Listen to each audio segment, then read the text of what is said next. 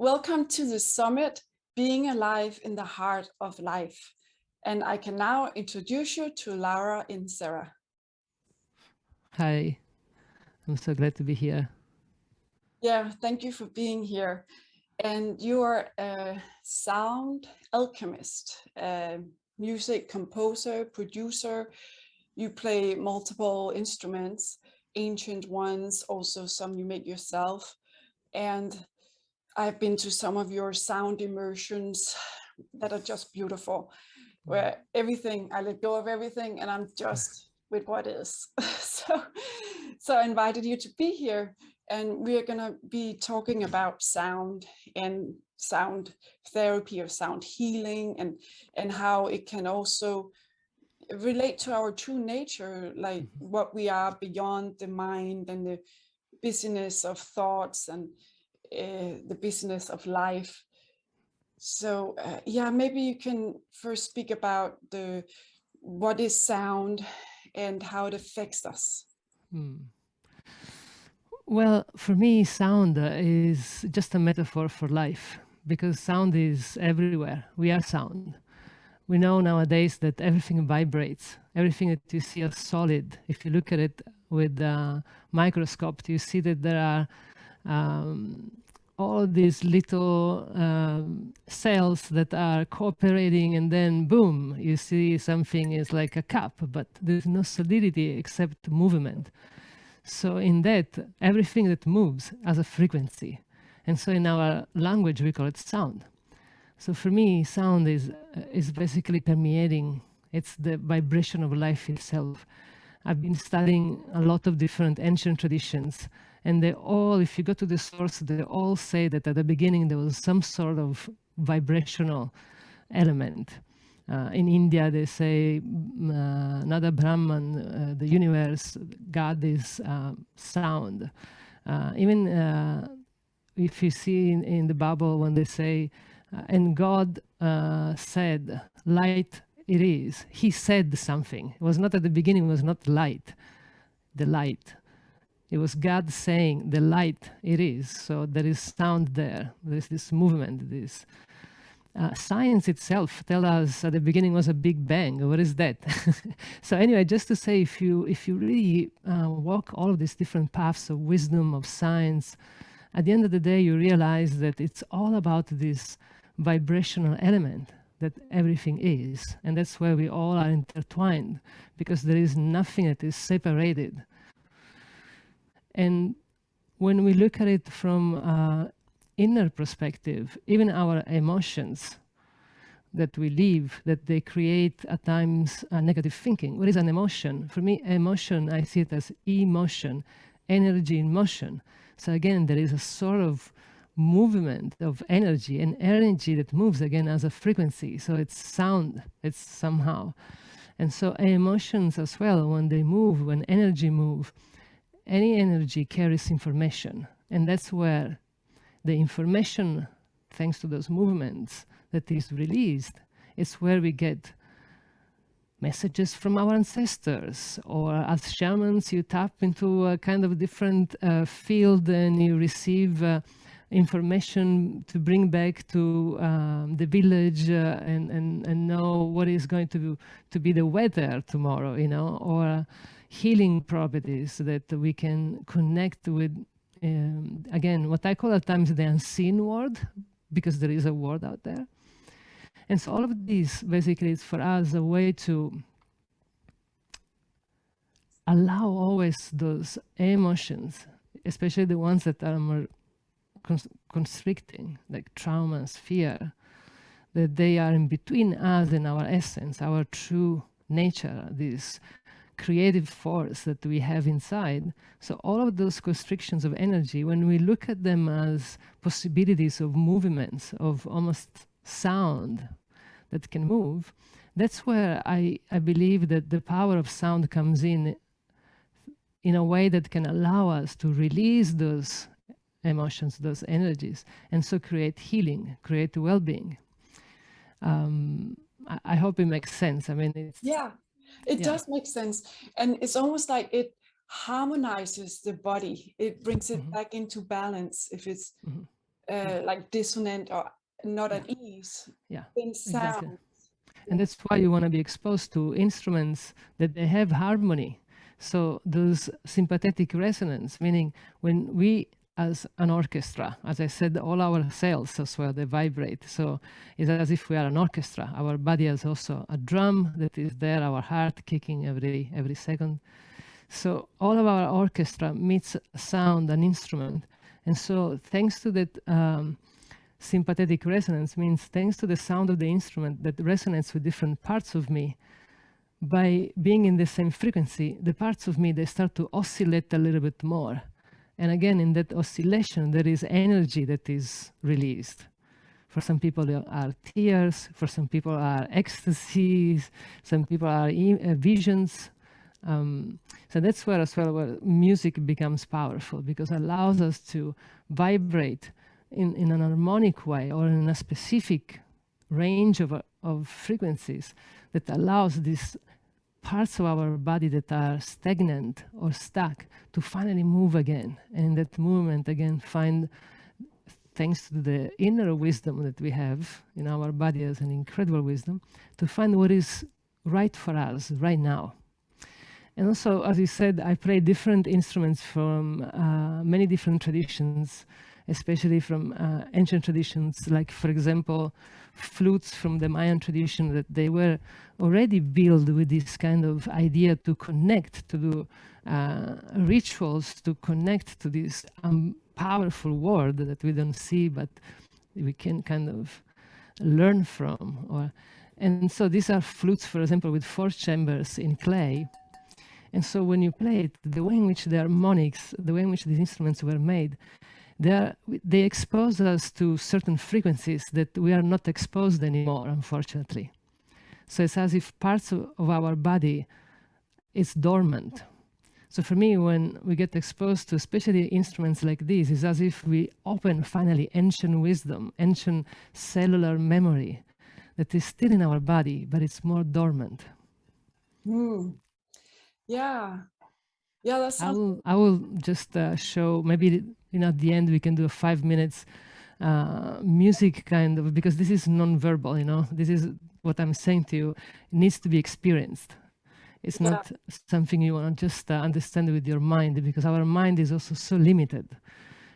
Perceives certain kind of information and elaborates the information in a limited way compared to the multidimensional organism that we are. And music allows you again also to use your brain and activate different nervous systems in our body that again the words cannot. So again, we will leave maybe a few minutes at the end to get an experience of what I'm talking about. Yeah, and maybe also even a little bit now of some instrument. I don't know, like maybe some of those ancient musical instruments that we usually never hear. We don't even know the tone of those. Or so let's do this. Let's do like truly like a few minutes of now exact experiencing. How does it feel to be exposed to these instruments? And so I highly recommend, if it's possible, first of all, to have some headphones so that you can truly hear the sound fully and enter the sound so that you become sound.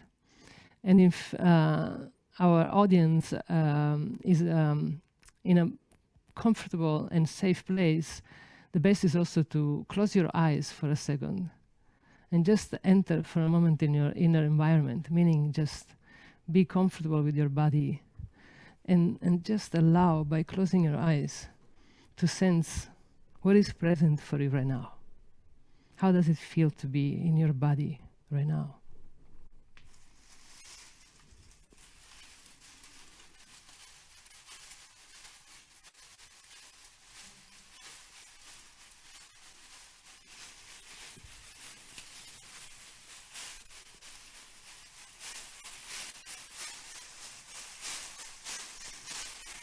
Just follow your breath, the movement that the breath creates in your body, and just let music for a moment take you exactly where you need to go.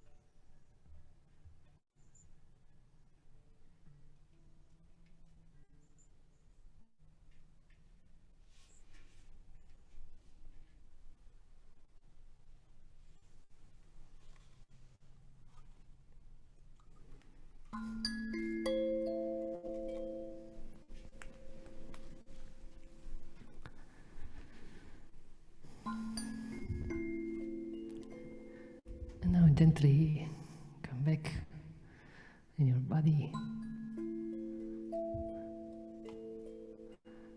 Come back where the force of gravity is holding you safely.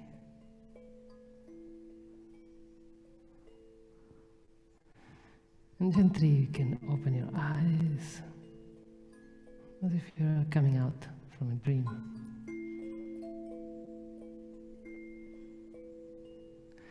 And if your eyes are already open, you can open them one more time.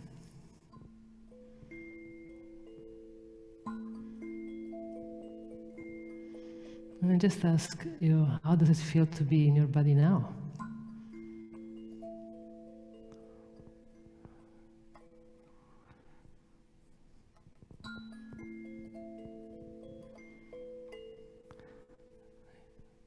If there were memories there or messages, keep them dearly.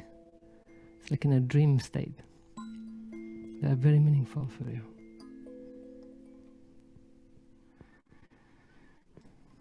And because we can't not have conversation with our audience, I ask you, Susan, how does it feel to be in your body now? It feels very alive. Yeah. It is like the cells, it just feels very soothing. Yeah. And sometimes if you notice, even to just talk and have a little bit of music in the background, it completely changes. There's a storytelling that is beyond the words. And I think that's where, with your work, you're trying to bring people, right, just beyond words, beyond the rational mind, into those fields where we can connect directly to the source and feel that we are way bigger than what we think we are. There's more life. Yeah. So that's what a little bit of music is. And my work is called meta music, because for me, the real interest and research is not about the instruments themselves or sound itself, but it's more like what is beyond music. Meta means beyond, transcendent. What is meta music, beyond music, that allow us to experience what we just experienced? It's not about what I played only. It's about how you are tuned, right? It's also about, again, your orchestra. Yeah. Tuning. And that's where the beauty of this work for me is that there's a sort of quality of the experience that is completely unique, because it's just your experience. There's this word that describes what I'm trying to say very well. It's called qualia. Qualia is the awareness of the experienced. So qualia is that one particular way in which you experience what we just heard. And the reason why it's called qualia, and it becomes to this moment in time, is that if you play again, because we're recording, I imagine, if you play again what I did and you close your eyes, you will not experience the same thing. So your qualia, the quality of what you experience, is going to be different. And that's for me the interesting part, that we are also so connected into a specific time and space within us and outside of us. And everything is so related to that moment in time. That's why I don't believe in just, oh, this instrument can create this stuff anytime. No, because we change continuously. So again, for me, it's more to provide tools that are meta music, that are beyond music, to harmonize ourselves and just to connect to the source. But as well, like as in music, you can't be only in harmony. There's nothing that can be only open and expanded, because at a certain point, there's no life. Life is made also of a contraction. And that's where in India they call it spanda. The universe is spanda, is contraction and relaxation. So for me, even those moments of contractions that we have within us, if we know how to also expand them, they are profoundly important.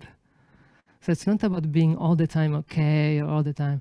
It's about, I feel, retune our system accordingly to what is needed in that moment in time. Yeah. And that's also different for all of us, right? It's like exactly. Sometimes I want to listen to some kind of music, and then other times there's like another kind of music or instrument, or feels like, this is wonderful, and it changes all the time. And so it's kind of like going with what you resonate with in the moment. Mm-hmm. Sometimes people ask me, I feel so stuck, I don't feel freedom, I'm in this situation, and I need something, can you send me a journey for... I say, you know what, just play Aretha Franklin, Freedom. Freedom! And then you put that, I believe that stagnation for a moment, it's different. So I also... don't believe that there is only sound healing or the Tibetan ball that then give you, or as you said, it's so related to each one of us. And sometimes it could be the Beatles, sometimes it could be a heavy metal piece, or sometimes it could be one of my journeys where you go into other dimensions. But again, it's not one way or one specific quality of music. It's truly what you need right now. Yeah, and we can also explore ourselves, right? Like we can, like it seems like as you're doing it, you're exploring, and it's just kind of a spontaneous. Oh, now play this instrument, now this instrument, and it's like even if we don't have any instruments, we could just play with our voice, like our voice, or like as you saw, water or the leaves, which is a very ancient tool to just get rid of stagnations, moving the leaves. In the curanderos in Peru, they call them shacapas. I actually released on Teachable a course called Meta Music course. And so there you can learn how not only to make your own instruments, which I believe is the most beautiful thing. So you start to have also a relationship with those tools that kind of instigate whatever is there that needs to be revealed, but also to learn how much through our voice we can also access, and how much we are the first instrument. A lot of people ask me, do I need to be a musician to do this, to become an alchemist like you, a sound alchemist? I say no. Actually, even better if you are not a musician, because I also come from the classical school. Thankfully, I was already a musician when I studied at the classical school, because also as a musician, we have so many rules. Again, we killed music. We killed music with a lot of rules, with a lot of this is right, this is wrong, dissonances it's not good. So if you are not a musician, I even highly recommend it more. And I see that a lot of my students are psychotherapists. They are people, they work with plant medicine. They are midwives. There are people that they understand that at times when we need to help someone, sometimes it's not about what we say. It's about giving them this space for everything to unfold, and have something like this where you don't need to be a musician. It's an instrument, is already tuned wherever I pick, I don't need to worry if there is a wrong note. Just this, it's this spaciousness that allows us to connect to our inner spaciousness. And I think it's what we call the essence, we call God, we call the highest self, we call it the source. Like Shiva. opening up. It's this opening. And so everything doesn't feel again so restricted. And then when you close your eyes, it's so beautiful to sense that inside of us we are so vast. but yeah. Yeah. Yeah. And you also, like some of the instruments you made yourself, do you have one you can show? Mm-hmm. Yeah, one of them is one of my favorite. It's very humble. This is a tube for wires and to put in the wall. It's just a very, but this is in Sicily. This is an old one where inside is also corrugated, and basically when I blow, we are going to hear the harmonic scale that nature has. Meaning here, this is the most humble instrument, but this is what really it's available in nature. When we think of the what is already there before humans, we start to control and manage and restrict. This is just very simple as it is.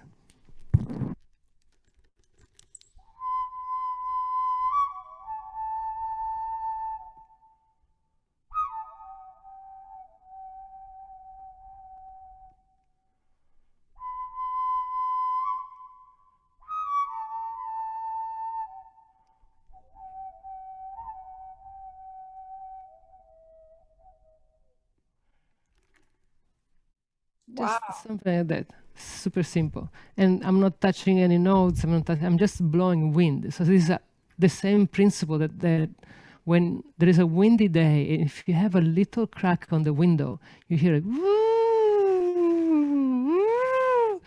The only thing is that I am creating the wind, so I can control the how much wind I put, so I can stop in different steps of this glissando.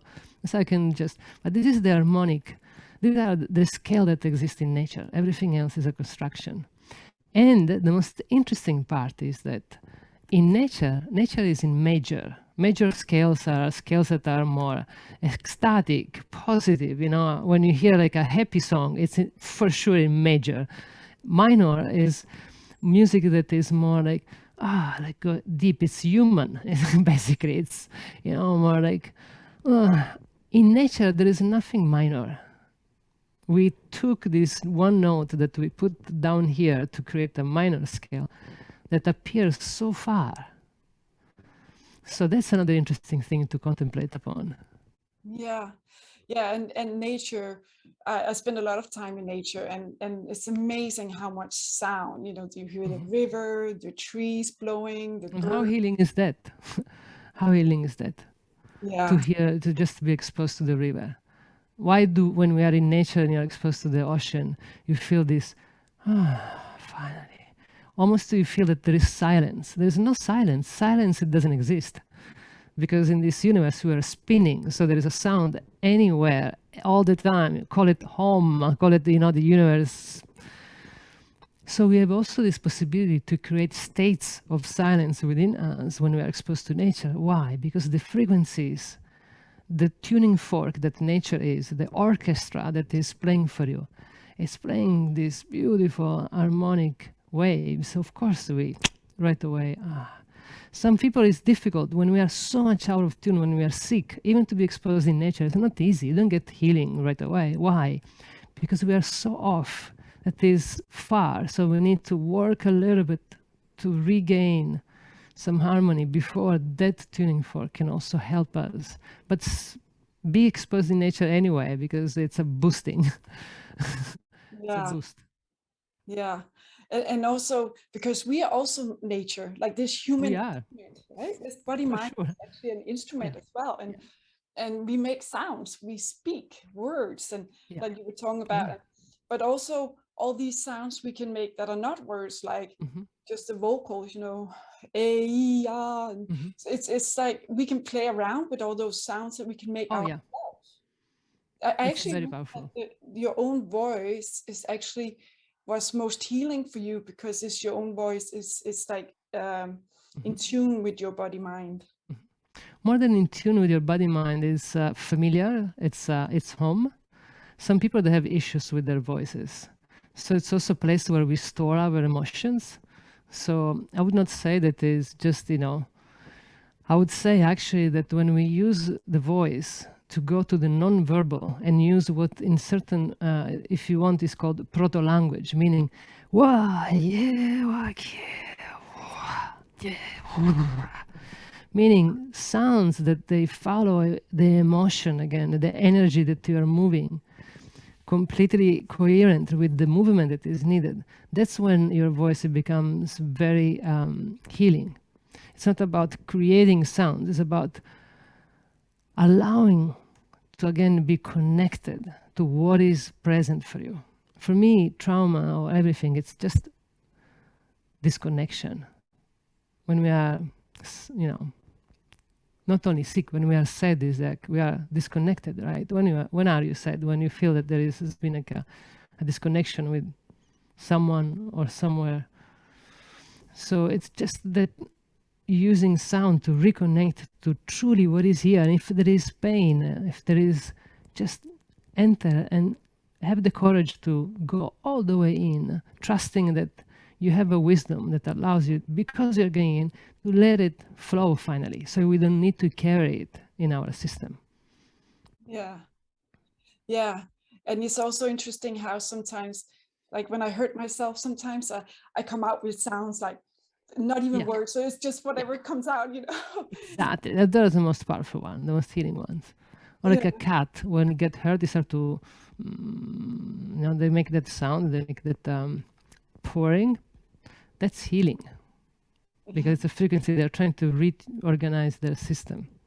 One thing that is amazing about the voice is that every voice is one of a kind. That's for me the most interesting part.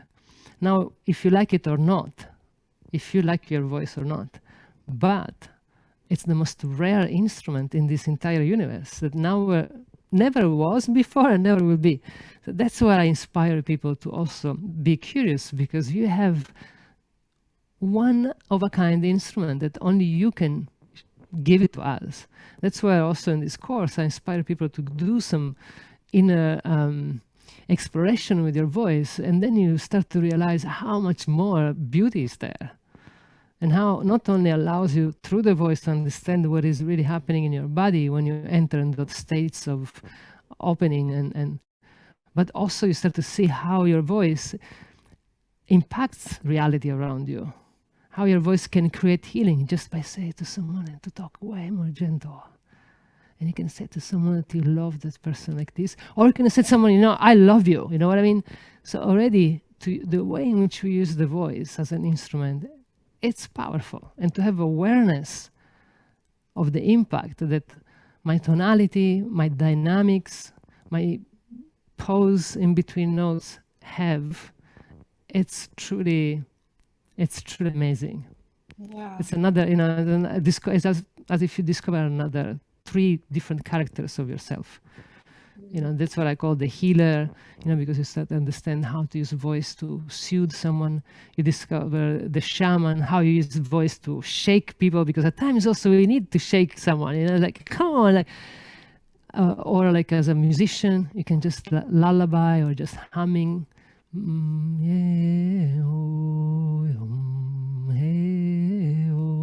3 notes. You don't need a song of 5 in scale. No.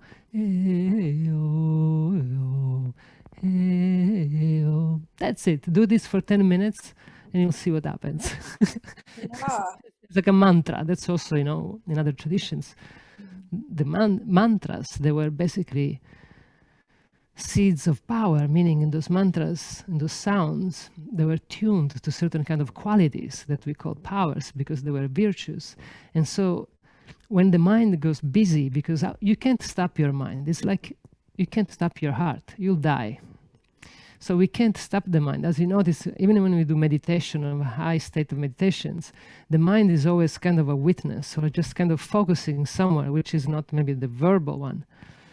So with mantras or with this kind of nanyas, like lullabies, 3 notes, as if we allow also the mind to go into trance, because you give that movement that is needed, because, the mind can't stop. But at least you give good food for your system instead of negative thinking or worries or. Yeah. Yeah. And it sounds a lot like it's the exploration, it's the process. It's not about the result. Exactly. Yeah, it's just the exploration, and it can encourage us to open more and be spontaneous, and we can even dance with our instruments. Oh yes, that would be nice. Yeah, and I know you know a lot about wisdom practices as well, and you combine it with your music, or you're inspired, and it's beautiful. Yeah. The more tools we have, the more we can discover all of these incredible and powerful parts of our multi-dimensional self. Yeah. So I highly recommend all of the tools that you have, as well as going to nature, as well as using music, as well as dancing, painting, everything that can allow you again to be in that flow without the mind controlling your actions or your thoughts. Or that's where we can find well-being and eventually healing.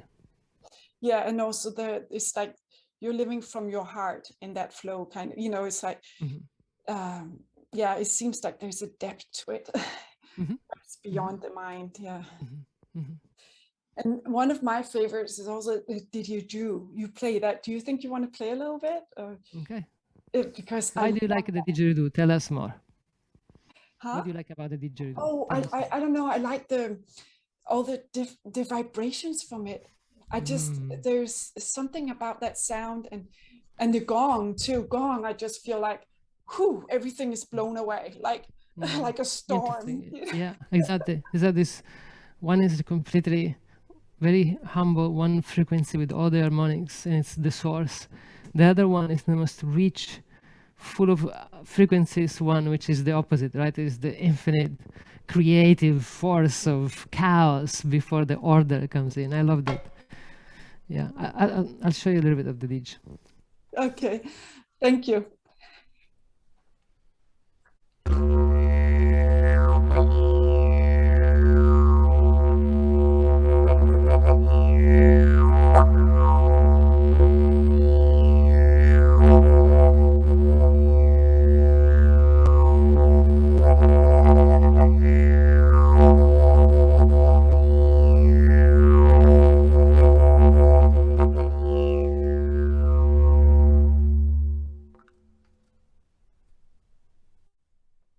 Wow. Yeah. Yeah.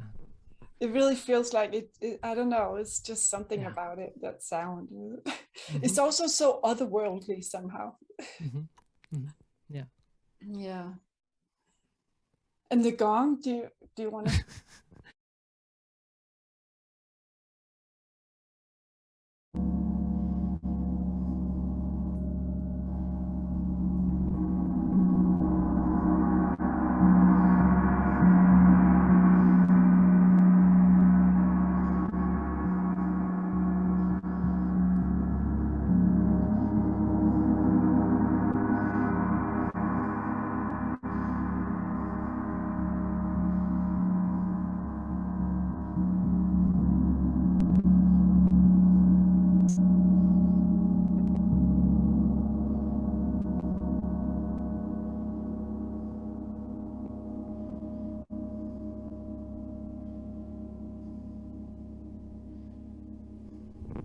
Could you hear it?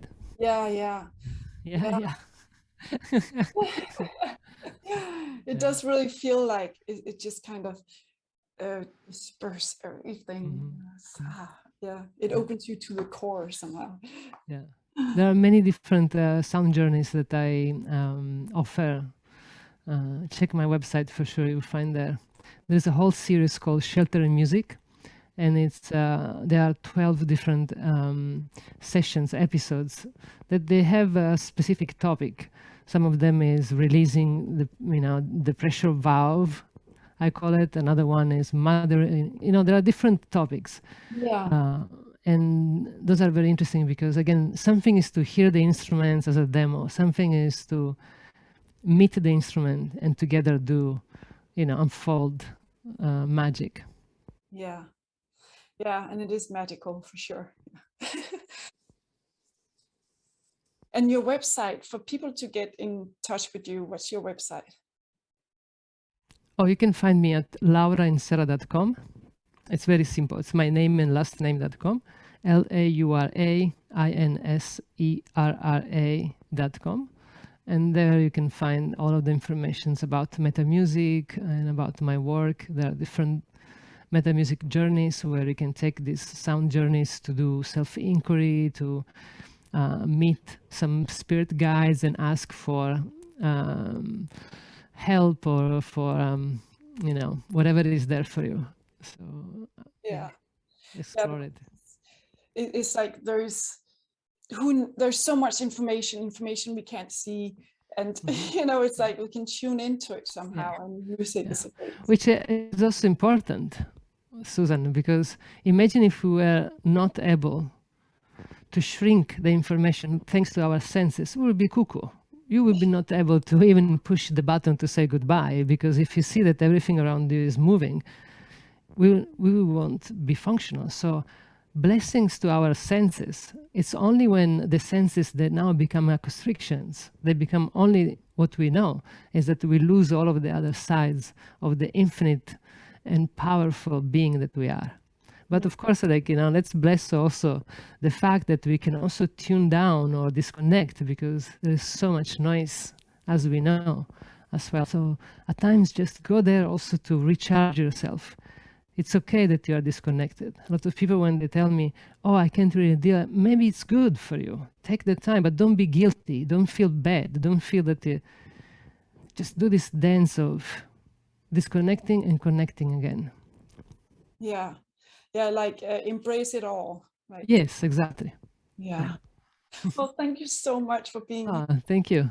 Thank you. Thank you. And thanks everybody that is right now present with us, even if we are not there anymore. But I feel that the energy is just always available. So thank you for immortalize as well this and give me the chance to share it. Yeah, thank you very much. Bye. Bye.